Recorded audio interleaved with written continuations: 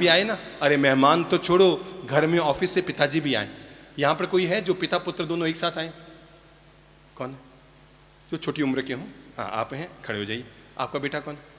ये आपका बेटा है, चलिए आगे आइए। आगे आ जाओ, आगे आ जाओ। चलिए माइक दीजिए। देवीलाल गुजर। देवीलाल जी गुजर, ठीक है, चलो अच्छी बात है। हमारे यहाँ तो 36 कौम के लोग आते हैं, सबका स्वागत है। यही तो वो भगवान का समोसन है जहाँ पर हर जाति, हर कौम, हर पंथ परंपरा का लोग मिल जाता है। और हम इसलिए कहते हैं हम मानवता के संत हैं, इंसानियत के संत हैं। जरा एक बात बताओ बेटा, बेटे के हाथ में माइक दीजिए। आपको पाल पोस कर किसने बड़ा किया? पापा ने। जन्म किसने दिया? मम्मी ने। अच्छा, आपकी स्कूल की फीस, स्कूल में पढ़ रहे हैं? नहीं। फीस नहीं पढ़ रहे हैं, पढ़ाई पूरी हो गई? शादी हो गई? नहीं हुई। माइक ऊपर ही रखो बेटा। शादी कौन कराएगा आपके? पापा। लव मैरिज तो नहीं करेंगे? नहीं। ठीक है, पापा शादी कराएंगे। शादी में खर्चा कौन करेगा? पापा। आप इनके लिए क्या कर रहे हैं? नहीं, माइक बंद हो गया, आपकी जबान बंद हो गई। विश्राम। और ये सबके साथ है, केवल ये पिता पुत्र के साथ नहीं, सबके साथ है। चलो एक बात बताओ, सुबह उठ कर रोज पापा जी को धोख लगाते हो? हाँ। आज लगाई थी? आज नहीं लगी। हाँ, और आज नहीं लगाई। कहीं आज कोई अशुभ योग है, काली योग है आज कोई? चलो पहले तो धोख लगा लो। ऐसे नहीं, घुटने टिकाओ बेटा, टिका लो, पूरे टिका लो,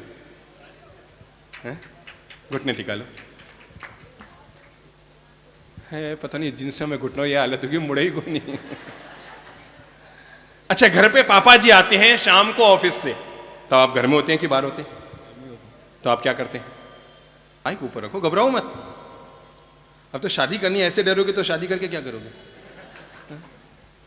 हाँ, क्या करते हैं? कल क्या किया था? कल पापा जी ऑफिस से आए तो आपने क्या किया? मैं आपको ये जीवन का पाठ पढ़ाना चाह रहा हूं। अगर 8 घंटे तक हमारे लिए ऑफिस में कमाकर पापा जी घर पर आए हैं, और एक बात याद रखो, अपने लिए नहीं कमा रहे हैं। कोई भी आदमी अगर अकेला हो ना, बीबी बच्चे ना हो, तो वो लूण मिर्ची और रोटी खा के अपनी जिंदगी गुजार लेगा। उससे ज्यादा छाती कूटे करने की जरूरत नहीं है। कोई भी आदमी अपनी जिंदगी में कमाने के लिए 1000 छाती कूटे करता है, तो उसके पीछे खुद का शरीर कम, अपनी बीबी, अपने बच्चे, अपने परिवार, उनका भरण पोषण कहीं ज्यादा रहता है। तो आप घर पे पापा जी आए, यूं ही घर पे मत बैठे रहो मेरे प्यारे बच्चों। जीवन का ये अच्छा व्यवहार, पारिवारिक व्यवहार और संस्कार लीजिए। घर में अगर पिताजी ऑफिस से आए हैं तो अपने ही सोफे में मत बैठे रहिए। आजकल स्थिति ये होने लग गई है, पापा जी जमीन पर बैठे रहते हैं, बच्चे सोफे पर बैठे हैं, टांग ऊपर किए हुए हैं, किताब हाथ में लिए हुए हैं। पता ही नहीं लगता कि इनमें बाप कौन है और बाप का बाप बना हुआ कौन है? बाप कौन है और बाप का बाप बना हुआ कौन है, आदमी को पता ही नहीं लगता घर में जाए तो पापा जी घर में आए ना, तो यूं ही बैठे बैठे रहिए, खड़े होइए। जैसे ही पता लगा बाहर गाड़ी आ गई है, जैसे ही पता लगा कि बाहर गाड़ी आ गई है पापा जी की, आप घर में मत बैठे रहिए।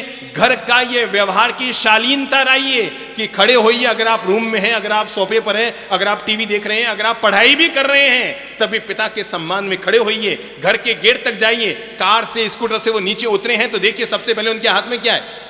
थैला होगा, कोई सूटकेस हो गई, कोई पर्स होगा, वो अपने हाथ में लीजिए। उन्हें प्रणाम करके भीतर लेकर आइए, और न केवल भीतर लेकर आइए अपितु उन्हें सम्मान पूर्वक बैठाइए। विराजो पापा जी, और फिर एक गिलास जल उनको लाकर दीजिए। लीजिए पापा जी, जल पीजिए, और उसके बाद वापस अपना काम शुरू कीजिए। कितना सेकंड लगा इस काम को करने में, बोलो तो बेटा?